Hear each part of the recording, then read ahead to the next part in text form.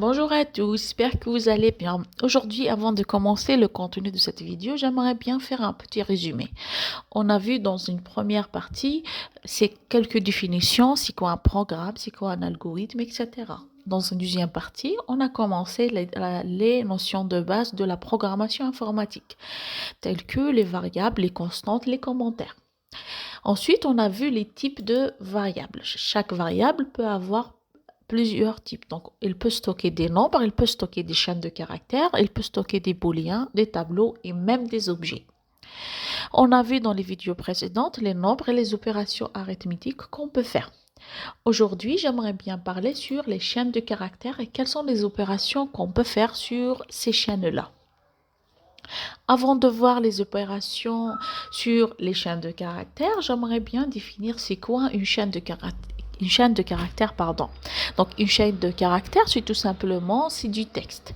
C'est un texte, donc une variable peut stocker un texte. Et ce texte-là peut contenir des chiffres, des lettres, des symboles ou même des espaces. Oui, un espace est un caractère dans la programmation. Il faut faire attention. Donc, exemple, bonjour, c'est une chaîne de caractères. 1, 2, 3, 4 entre double guillemets, c'est une chaîne de caractères aussi. Et même, quand vous voyez ici, ces caractères-là, ces symboles bizarres, sont même une chaîne de caractères. Donc, comment déclarer une chaîne de caractères? Dans la plupart des langages de programmation, une chaîne de caractères est entre double guillemets, comme vous voyez ici. Donc, ça, c'est une chaîne de caractères et elle est déclarée entre ces doubles guillemets. D'accord? Alors, il peut contenir ici, quand vous voyez cet exemple, bonjour, espace. Espace, c'est un caractère et là, on peut combiner entre une chaîne de caractères, une lettre, un chiffre, un symbole, etc. Très bien, j'espère que c'est clair. Passons maintenant au code pour bien illustrer, voir les opérations. Avant qu'on fasse ces opérations sur les chaînes de caractères, on doit d'abord les déclarer. C'est important. D'accord. Donc, pour la déclaration d'une variable chaîne de caractères, on peut le faire sur trois façons. Donc, on peut les mettre on peut déclarer en utilisant des doubles guillemets, une simple guillemets ou tout simplement ce qu'on appelle des backtickets. C'est celui-là, ça s'appelle des backtickets. Très bien, ça c'est simple. Maintenant, les opérations de base qu'il faut mémoriser. On a deux opérations importantes, la concaténation et la longueur d'une chaîne. Donc, c'est quoi la concaténation? La concaténation, c'est tout simplement de combiner deux chaînes de caractères, c'est-à-dire de les fusionner. Par exemple, j'ai prénom tout seul, c'est une variable. Variable 2, le nom, Dubon. Et là, j'aimerais bien afficher mon nom complet. Marie Dubon, par exemple. Là, on va faire la concaténation en utilisant le plus. On déclare une nouvelle variable, nom complet, reçoit prénom, plus un espace, plus une chaîne de caractères espace, plus un nom. Et là, quand j'affiche le nom, voilà, on a une concaténation entre prénom et nom. D'accord? Donc, il faut savoir ça, c'est un espace. Il faut faire attention. Si je supprime cet espace-là, on a tout décollé. D'accord? Donc, on aura ici un espace pour bien illustrer ça. Voilà. J'espère que c'est clair. La deuxième opération de base, c'est la longueur d'une chaîne. C'est-à-dire, par exemple, ce texte-là, combien ça, il contient de caractères dedans. Bonjour contient 7 caractères. Très bien. Si, par exemple, je fais prénom, combien prénom, combien de caractères? Attention, c'est prénom.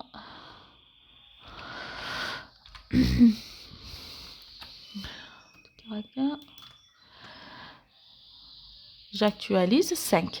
Pourquoi? Parce que prénom, Marie, contient 5. D'accord? Le nom contient 6 caractères. Nom, point length. En utilisant le point length, c'est 6 caractères. D'accord? C'est très bien. Voilà, maintenant passons à les autres fonctions comme le point 3. les fonctions une fonction pour mettre un texte tout en majuscule ou tout en minuscule. Par exemple, on a le texte 1 comme contenu JavaScript. Comme vous voyez, le G en majuscule et le S en majuscule. Alors, pour mettre ce texte-là tout en majuscule, il suffit de faire texte 1.uppercase. On sauvegarde et on va actualiser. Comme vous voyez, elle a mis tout en majuscule. Par exemple, si je veux le mettre tout en minuscule, j'utilise le lowercase, entre parenthèses. Et voilà, le texte est remis tout en minuscule. Donc, ça, c'est OK, c'est très simple. Maintenant, il y a une autre opération. Si je veux, par exemple, vérifier si un mot et il est dans cette chaîne ou là. Par exemple, phrase 1 égale, c'est apprendre à coder. J'aimerais savoir si le mot, par exemple, le mot coder, elle est dans cette chaîne de caractères. C'est-à-dire vérifier si une chaîne de caractères contient ce mot-là ou non. Dans le cas, il contient ce mot, il affiche un true. Voilà, true, c'est-à-dire existe. S'il n'existe pas, par exemple, si je mets JS, il dit false parce que JS n'est pas inclus dans la phrase 1. Donc, pour ça, on utilise, comme vous voyez, includes. Donc, la phrase 1, est-ce que la phrase 1 inclut ce mot-là ou non? Il dit false, c'est-à-dire non. Si on fait coder, il va afficher true. Pourquoi? Parce que il existe dans cette phrase. Très bien. Autre point important sur les chaînes de caractères, les index. Alors, par exemple, la phrase, la chaîne de caractères bonjour. Alors, la phrase bonjour, donc, l'index, donc, elle a un index, c'est-à-dire l'index, par exemple, si je dis bonjour, entre crochet là 0, c'est-à-dire je veux accéder à l'index 0. C'est quoi l'index 0? L'index 0, c'est B. Donc l'index commence toujours par un 0, c'est-à-dire si j'ai cette chaîne de caractères bonjour, les index c'est quoi? 0, 1, 2, etc. D'accord? Donc l'index commence toujours à partir de 0. C'est-à-dire le premier caractère c'est 0, à l'index 0, le deuxième à l'index 1, le haut, et ainsi de suite, d'accord? Si, par exemple, je veux accéder au caractère avec l'index 0, c'est-à-dire le premier, donc il va m'afficher le grand B, le B en majuscule, d'accord? Donc on va sauvegarder pour tester. Donc comme vous voyez B. Par exemple, si je veux accéder au 4, donc au quatrième, le quatrième 0, 1, 2, 3 et 4. Du coup, c'est le deuxième O.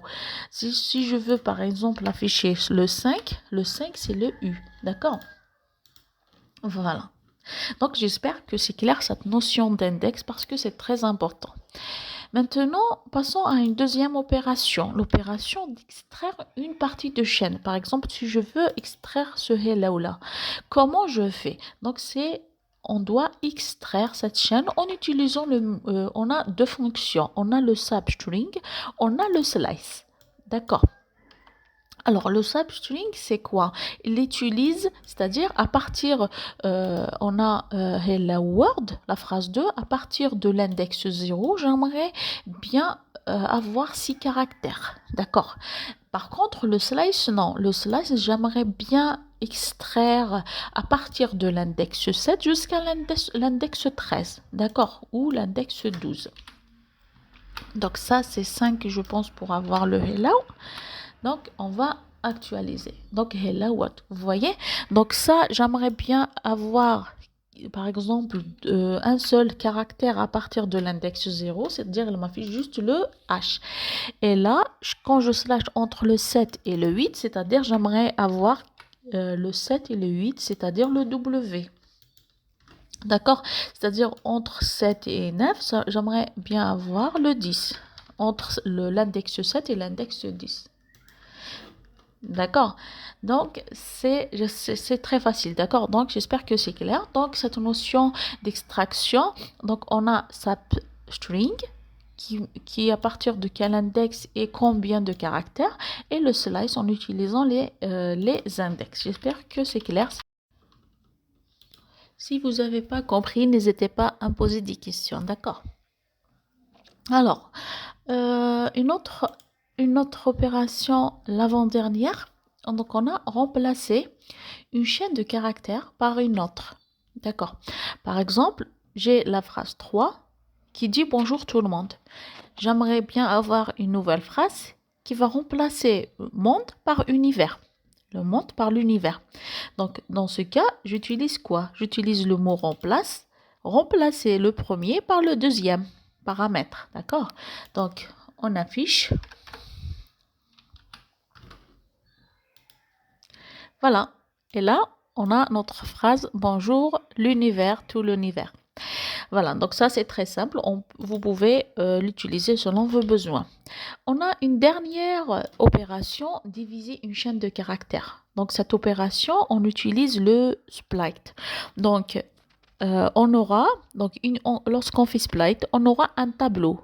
Un tableau qui a pour donner voilà, ces valeurs-là. Donc je dis, j'ai une liste, pomme, virgule, banane, virgule, cerise.